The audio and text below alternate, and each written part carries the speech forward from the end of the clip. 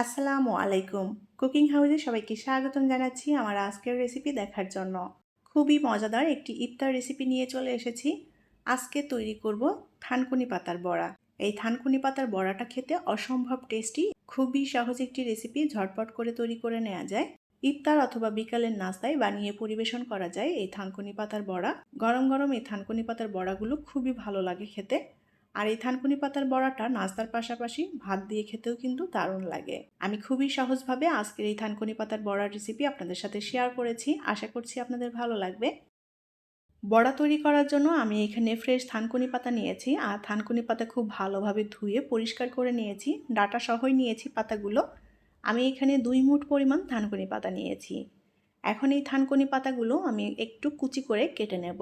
পরিমাণে যে যতটা তৈরি করবেন থানকুনি পাতা এবং অন্যান্য যে উপকরণগুলো দিব সেগুলো সেভাবে নিয়ে নিতে হবে। আমি এখানে 1 কাপ পরিমাণ মসুরের ডাল বাটা নিয়েছি, আর ডালটা আমি একেবারে মিহি করে বাটিনি, একটু আধা ভাঙা মতো রেখেছি। ডালটা একটু আধা ভাঙা মতো রাখলে বড়াগুলো অনেক বেশি মচমচে হয় আর খেতেও ভালো লাগে। এখানে মসুরের ডালের পরিবর্তে অন্য যে কোনো পছন্দসই ডাল দিয়ে এই বড়াটা তৈরি করে নেওয়া যাবে, অথবা মসুরের ডাল বাদ দিয়ে বেসন দিয়েও কিন্তু এই বড়াটা তৈরি করে নেওয়া যায়। ডালের মধ্যে এখন দিয়ে দেব 1/2 কাপ পরিমাণ পেঁয়াজ কুচি। কাঁচামরিচ দিয়ে দেব টেস্ট অনুযায়ী।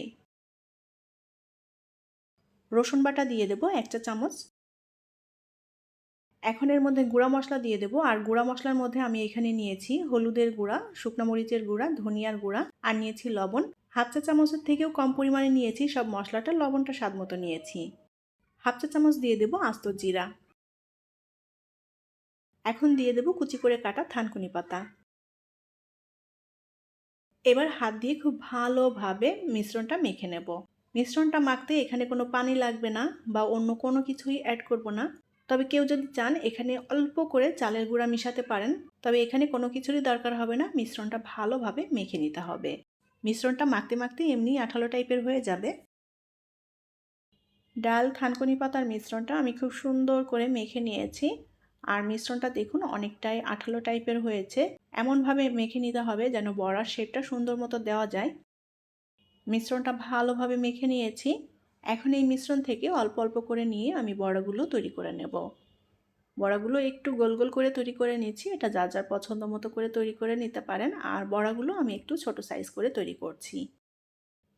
ভাজার জন্য প্যানে পরিমাণ মতো করে তেল দিয়ে তেলটা বেশ ভালোভাবে গরম করে নিয়েছি। এখন এই তেলের মধ্যে আমি একে একে বড়াগুলো দিয়ে ভেজে নেব। একবারেই সবগুলো দিচ্ছি না, অল্প করে দিয়ে ভেজে নিচ্ছি। চুলার আঁচ অল্প রাখতে হবে, অল্প আঁচে ভেজে নিতে হবে যেন ডালটা সুন্দর মতো সেদ্ধ হয়ে যায়। এপিটোপিট উল্টে দিয়ে আমি খুব সুন্দর একটা সোনালি রং করে বড়াগুলো ভেজে নেব। থানকুনি পাতা দিয়ে বিভিন্নভাবে বড়া তৈরি করা যায়। আজকে আমি মসুরের ডাল দিয়ে তৈরি করেছি। এই থানকুনি পাতার বড়াটা আলু দিয়ে তৈরি করলেও খুবই টেস্টি হয়। তো এক একটার এক এক রকম স্বাদ হয়। মসুরের ডাল দিয়ে এই বড়াটা খেতে খুবই মজার হয়, আর এই বড়াটা নাস্তার পাশাপাশি ভাত দিয়ে খেতেও দারুণ লাগে। আর এই বড়াটা তৈরি করাও কিন্তু খুবই সহজ। ইফতার কিংবা বিকালের নাস্তায় বানিয়ে পরিবেশন করতে পারেন, সবার খুবই পছন্দ হবে এটা।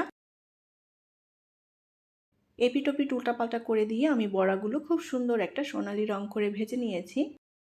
এখন তেল থেকে বড়াগুলো তুলে নেব, আর বাকিগুলোও একইভাবে ভেজে নেব।